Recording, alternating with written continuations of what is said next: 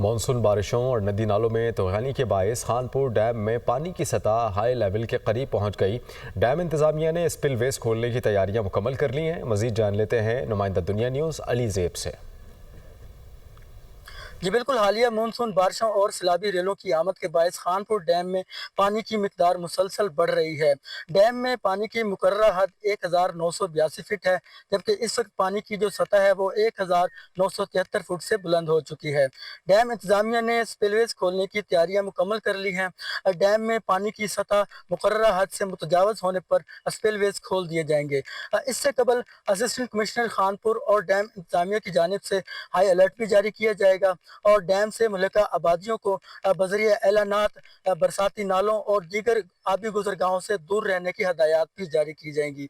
अगर हम बात करें पानी के अखराज की, तो डैम से पानी का अखराज 6000 क्यूसिक के हिसाब से बरासा नदी हरू दरियाए अटक में किया जाएगा। जी।